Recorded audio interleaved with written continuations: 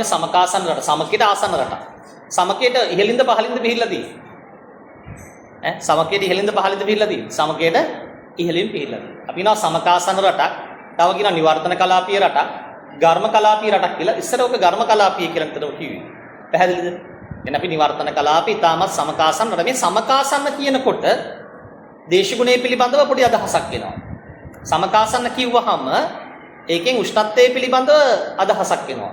සමකාසන්න රටවල උෂ්ණත්වය කොහොමද ලැබෙන්නේ? ඒ සමකාසන්න රටවල උෂ්ණත්වය පිළිබඳව දැන් මේ අපි සමකාසයින්නයි. උෂ්ණත්වය අඩුයිද? වැඩිද? වෙනස් වෙනවද? ඒකාකාරයිද? ඍතු භේදයක් ඇති වෙනවද? කාලෙකදී හිම වැටෙනවද? දැනගන්න එපා හිම වෙන්න නන්නේ. කියන්න බෑනේ අපේ රටේ උෂ්ණත්වය කියන සාධකය කොහොමද? සමකාසන්න රටක උෂ්ණත්වය සම්බන්ධව මොකද කියන්නේ? වසර පුරාම ඒකාකාරී උෂ්ණත්වයක් ලැබෙනවා. පොඩි වෙනස්කම් ඇතිවෙනවා වහින කාලෙට. ඒ වගේ කාලවල පොඩ්ඩක් අඩු වෙනවා. ඒ උෂ්ණත්වය අතරම අඩු වෙනවනේ අර වලාකුළු වගේ දේවල් හින්දා පහළට වැටෙන සූර්යාලෝකය අඩු වෙනවා. අවබෝධයි. එහෙම නැත්නම් වසර පුරාම හොඳ සූර්යාලෝකයක් ලැබෙනවා. මේ ලැබෙන්නේ පේන්නේ නැද්ද? ගිනි ගහන මත්දහනන්නේ තියෙන්නේ. තේරෙනවද මං කියන කාරණාව?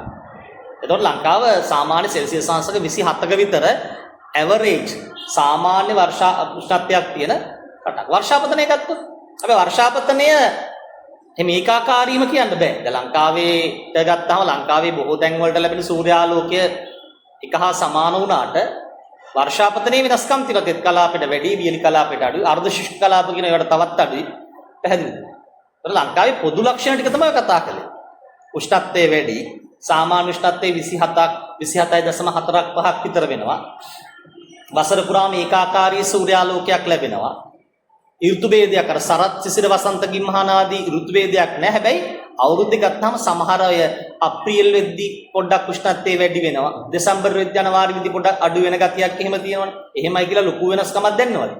එහෙම දෙන්නේ නැහැ. තමයි ලංකාව පිළිබඳව දෙන පොදු කාරණා ටික. එතකොට ලංකාවේ දේශගුණය ඔය කියන දේශගුණය කෙරෙහි බලපාන පොදු කාරණා තුනක් තියෙනවා. මොකක්ද ඒ කාරණා තුන? සාධක තුන කියන්න බලන්න.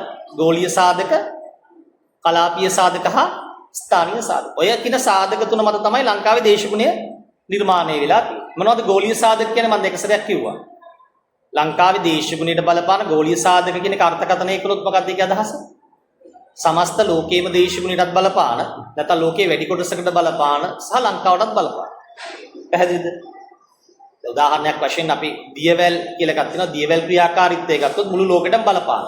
සාගර ප්‍රවාහ කියලා අපි කතා කළේ. ඒ සාගර ප්‍රවාහ මුළු ලෝකෙටමත් බලපානවා දේශගුණයට, ලංකාවටත් බලපානවා. ඒතකොට ඒක මොන සාධකයක්ද? ගෝලීය සාධකයක්. පැහැදිලිද? ඊට පස්සේ අක්ෂාංශීය පිහිටීම. අපේ රට පිහිටලා තියෙන අක්ෂාංශය අපේ රටේ දේශගුණයට බලපානවා. ඒ වගේම ලෝකයේ හැම රටකටම අක්ෂාංශීය පිහිටීමක් තියෙනවා. එහෙනම් අක්ෂාංශීය පිහිටීම කියන්නේ කොහොම සාධකයක්ද? ගෝලීය සාධකයක්.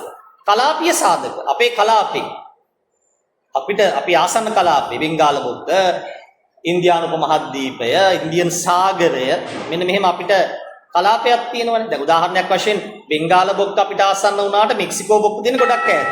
පැහැදිලිද? මෙක්සිකෝ බොක්ක තියෙන ගොඩක් ඈත. ඒතර මෙක්සිකෝ බොක්කේ ඇතිවන දේවල් අපිට බලපානවද? මෙක්සිකෝ බොක්කේ ඇතිවන දේවල් අපිට බලපාන්නේ නැහැ. ඒක අපේ කලාපේ නෙවෙයි. ඒක බලපානවා ඒ කලාපෙට. ආපෝදේන මං කියන කාරණා. දැන් අපිට ඒක බලපාන්නේ නැහැ. ඒතර අපිට බලපාන අපේ බෙන්ගාල බොක්කේ ඒක දන්නවනේ. බෙන්ගාල බොක්ක ගැන නිතරම කියනවානේ. බෙන්ගාල බොක්කේ අඩු පීඩනයක්, කව පීඩනයක් සම්බන්ධ. ඒතර ඒක මොන සාධකද ඔය ටික ගත්තාම බෙන්ගාල බොක්ක ඒ අපේ කලාපීය සාධක. ලංකාවේ ස්ථානීය සාධක කියන්නේ මොනවද එතකොට? ස්ථානීය සාධක කියන්නේ අපිට විතරක්. ඒක අපේ කලාපයටවත් ලෝකෙටවත් බලපාන්නේ නැහැ. ලංකාවේ මධ්‍යම කඳුකරය දූපතක් වශයෙන් පිහිටීම ඒ වගේ දේවල්. පැහැදිලිද? එහෙනම් ලංකාවේ දේශවල බලපාන ප්‍රධාන සාධක තුනයි තියෙනවා. මොකද මේ සාධක වර්ග තුන?